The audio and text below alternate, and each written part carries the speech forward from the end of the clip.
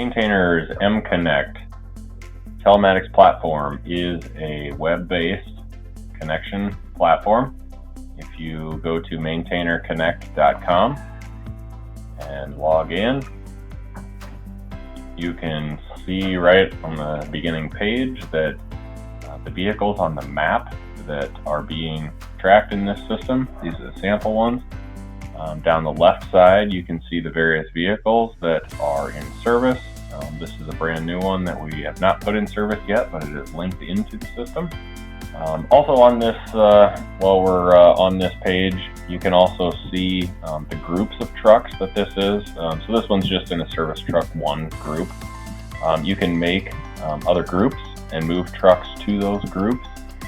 So if you have particular types of vehicles you want to track separately, that is where that would happen. And then you can change to the active ones as well if you end up with multiple ones on that same setup.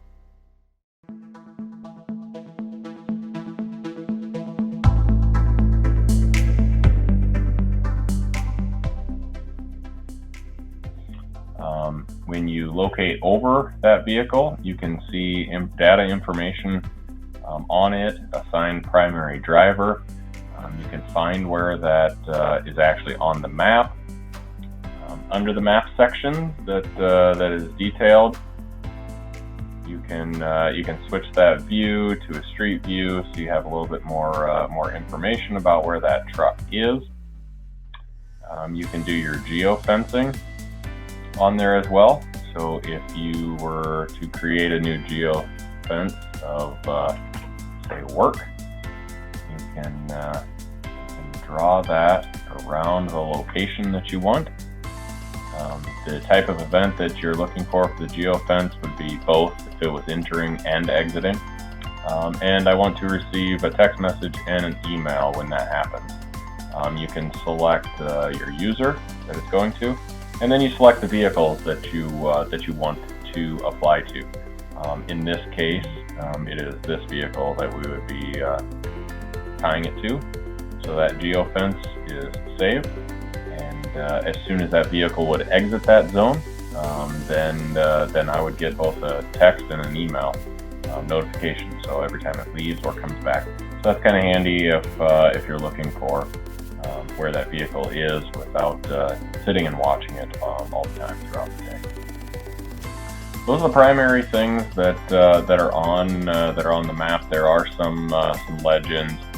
You can set some of the speed limits, just some of the information that's on there.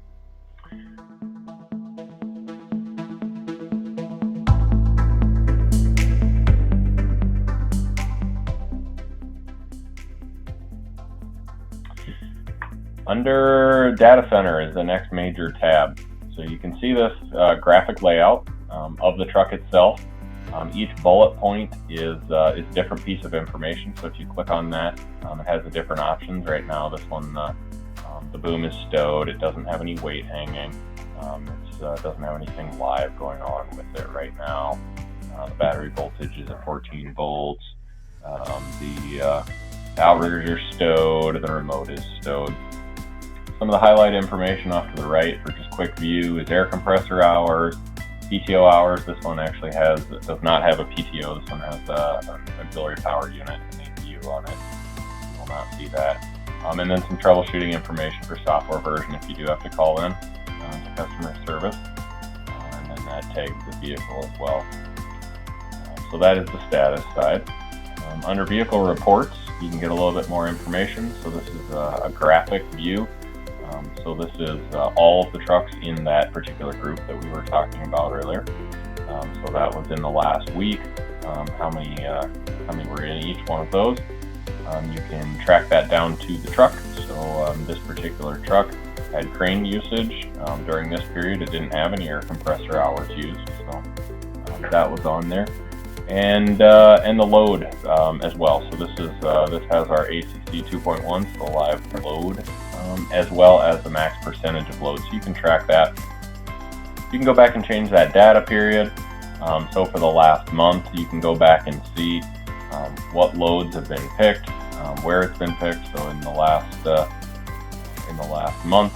He's only hit 75% of load, and this total was likely some of the initial testing that we did here as well.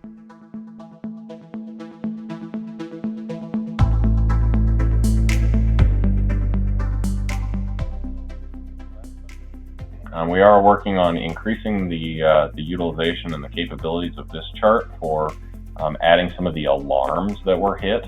So if you wanted to go back through and see if there's any other trucks in here that have alarms on there, so you'll be able to set that for.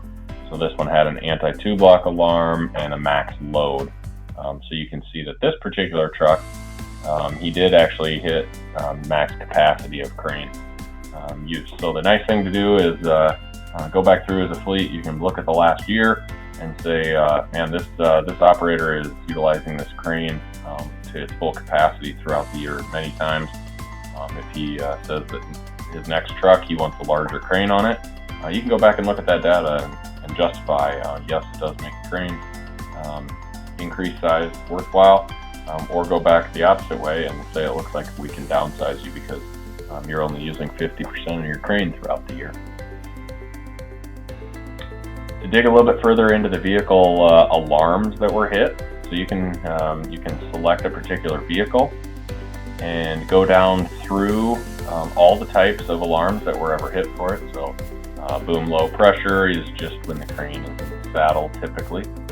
The truck angle limit warning, so that's if the truck is out of level by more than 6.5 degrees and the alarm is 7.5. So that's definitely something that you can take a look at. You can look at some of the very specifics. So how many times was anti-2 block hit? And you can see two uses of this back in September that he hit anti-2 block. So that can be used for training purposes. That can be used to go back if there was an incident or an issue or something with the system or with damage on it. You can go back and track that as well.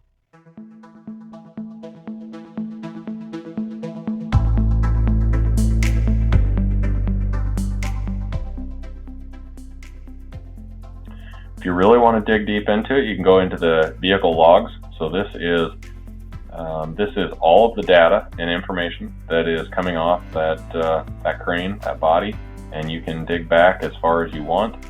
You can look at basically all of the information that we are tracking in the system today. So those type of information are useful for going back and tracking particular issues, or for adding different reports and things like that on your own.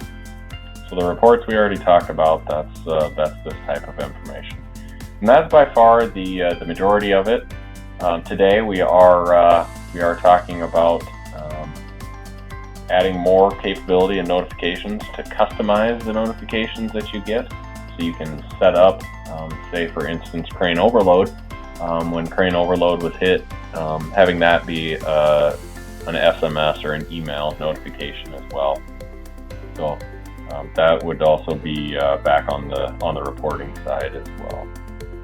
And then there is a maintenance section as well for just some generic maintenance plans and some things that can be set up through this system as well that you can track based on time intervals and some miles as well. And that is the Maintainer Telematics platform.